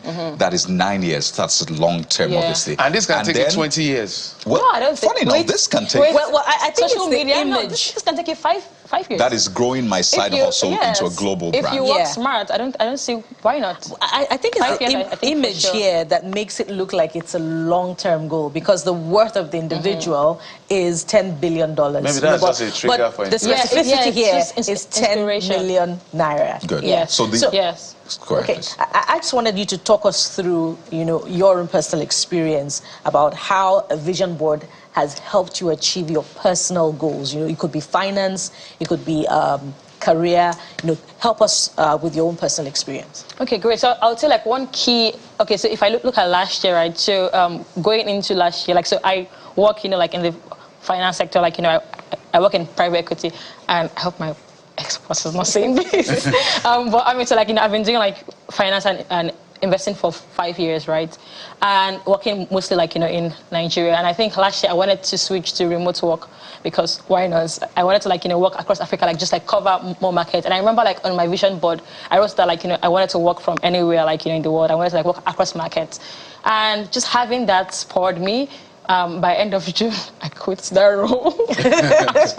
I quit that role, and like, you know, I got like a much more, you know, like a much more better role. I moved to Kenya. I was working from home, like from anywhere, like, you know, and to just I think like if I did not, because I've always like wanted to do that for a long time, but if I did not have that there, I don't think I would have had the courage to actually do it. But it's like just saying that, okay, Chidma, you said that you wanted to work from anywhere in the world, but you're still driving to Ikoyi every day. Like, what are you, you know, doing about that? And so yeah, like, it kind of like helped me to like, you know, say, okay, what are the other options there? Like, what are the other roles I can apply for? And, you know, see if something comes up. And I did that, and, you know, and like it worked. That's why I can be here 8 a.m. on Monday morning when I have a job. Wow. Shots fired. Are you firing shots at others? No, I'm not. I'm just sharing my personal experience. Lovely. So this really works. What we've done here today is have goals across, you call it buckets, or you call them buckets? Yes, or categories. The finance or categories. So there's a finance category right there in the middle, and the goal is get 10 million naira per annum. And the motivation is Dangote. Right next to that is Dangote still they find money. But then we even broke it down further to 800,000 naira plus monthly if you want to achieve that. Yeah. And then, Jeffrey, you want to talk to us about No, I was just looking at, because since you're in private equity, maybe you can also help us with this global brand thing. A lot of people sometimes may be confused as to what a global brand is. I know, for instance, that when you say you are a brand, you build a relationship within a community for a period of time, so you build a level of loyalty. So what do you call a global brand? So that somebody will not say, I'm a global brand, when you are nowhere near global brand. Oh, you're just manifesting it. That's just it could be the products that the person is, you know, planning to manufacture, produce, and sell across continents. So, and we have vivid examples of global brands that we can refer to because of the challenge of advertisement. I would rather not mention such products. For instance, a Nigerian, I don't know of any Nigerian product that is global brand. I don't think I know any. I know a few. So what is a global brand? I think if you're selling in key markets, let's say maybe like outside of Nigeria, across Africa, so like, you know, like you're like Pan-African. Okay, let me posit it for you. Let me posit what I mean in terms of, so global brand is in layers. There are soft drinks we drink in Nigeria. You know what I'm talking about. It's all over the place. So does Nigeria have that kind of, at that level of global, of any of our product anywhere in the world? The people. But you not get what I'm saying, I get what right? you're saying, So there's the people, there's the music, there's the culture, exactly. the food. Nollywood, entertainment. I think that's our biggest We have broad exports. categories of, maybe not product, maybe industries. Services, service. Products. So that's why I raised that question, because we need to know what we're saying so that people don't get confused. There's products, there is the product form, there's goods and services.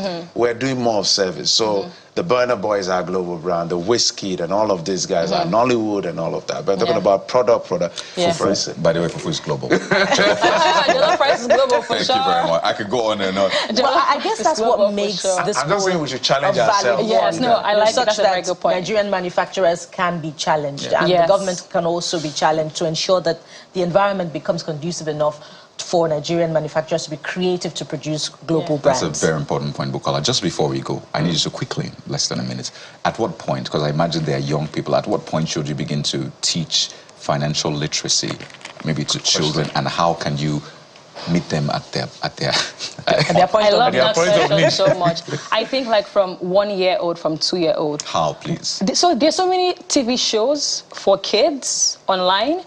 There's like comic books for kids on money. Some things that's like, okay, you know what, like, oh, like, you know, piggy bank, you know, just put money, like just put like a coin here, put a gift here. I know many kids that their parents have kind of like said to already teach them, like from like 2 to 3 year olds.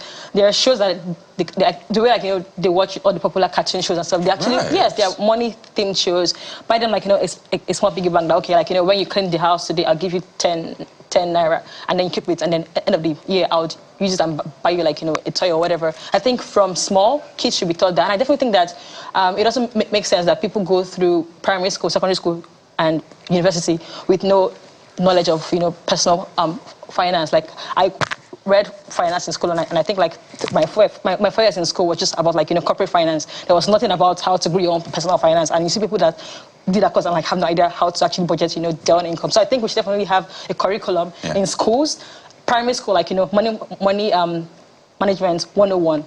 Even if you're learning things like sports or even biology, I feel like we should we use money every day like that. We shouldn't overlook it and just leave it to chance. Like, we should definitely have it in our curriculum across the board from primary to college, university. Yes. So I wanted to find out. So, for instance, let's get back to this guy. Jeffrey's enjoying this conversation. No, I love it. We have to run right now.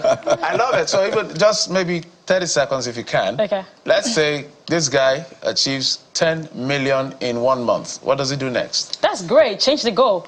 So by end of the month, say, you know what, done, check. So move it and say yes. So now 20 million. That's the point. The point is to inspire you to just keep. Yes. So take it out and say yes. Now 20 million. Now 30 million. done. Yeah. Do we see our time? What else? We gotta run, but Chidima, we have to thank you so much. Chidima Okoli, founder of Finlit Africa. This is beautiful. We're gonna keep this, by the way. See how we manifest. Thank you so much, Chidima. Thank you for coming having me. on the show. Thank you. Well, we'll take a moment now. When we return, we have your messages about the conversations we've had. So do not go anywhere. We'll be right back. All right.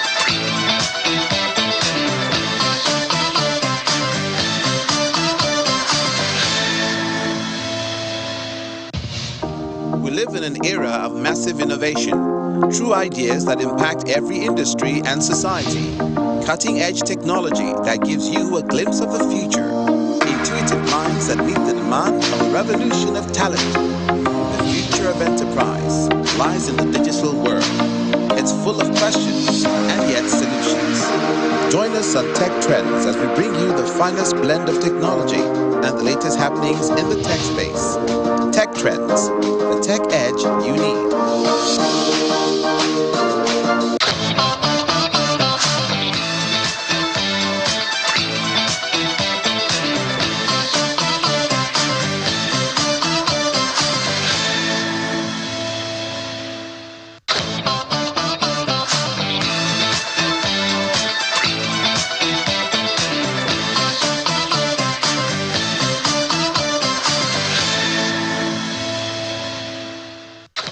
Welcome back. Of course, our board is still right here. Yep. Let's find out what you're saying. Kayode, do you have it? Oh, yes, there's a lot, as we always say. So let's begin with this message. It's on financial planning, absolutely. It's from Olu on WhatsApp. Says, as for the question on if your salary can get you to the desired financial goal and target, the answer from Olu is yes, it can.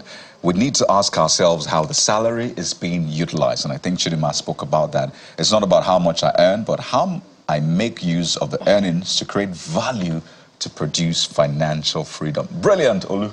Thank you. Thank you so much for that inspiration, Olu. This next one is from Clark Lawrence, who writes from Kaduna, and he says, Barrister Bwala spoke well, and I think lack of collaborations between our security agencies are issues of great concern. Legal institutions too must see themselves as one and must learn to go by the law and not allow politicians to distract them from their main objectives. Wouldn't that be Uhuru? All right, this person this is Ibrahim Phillips Tijani. It says, nobody's an island. This is a nation. So former Governor Yahaya Bello must answer the call of the EFCC. What is he scared of? He should not be chased around. Walk confidently into the EFCC office and defend whatever accusation. That's my advice to him. I guess that's what he's trying to say. There you go. So just before we go, we have a video from one of our viewers. This video is said to be from Songo Ota after yesterday's rain. Take a look at this.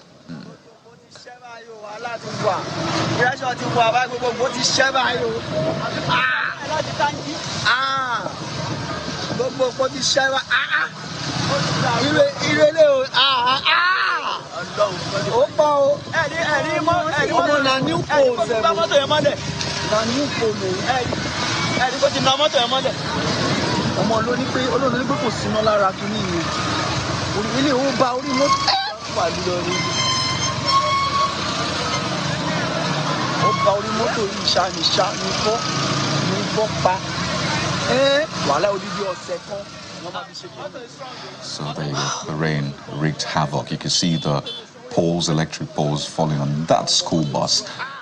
Goodness me. We need to know where there are casualties. Please send in those messages, and of course we'll be following up. But that's from our viewer from Songwater after the rain. And that's quite a number of electric poles that fell on the road, not just on the bus. You can see quite a number. You know, it makes you wonder what you can prepare for, but you know, you must also be prepared to respond to certain things. So we hope the authorities respond as swiftly as possible to that situation in Songwater.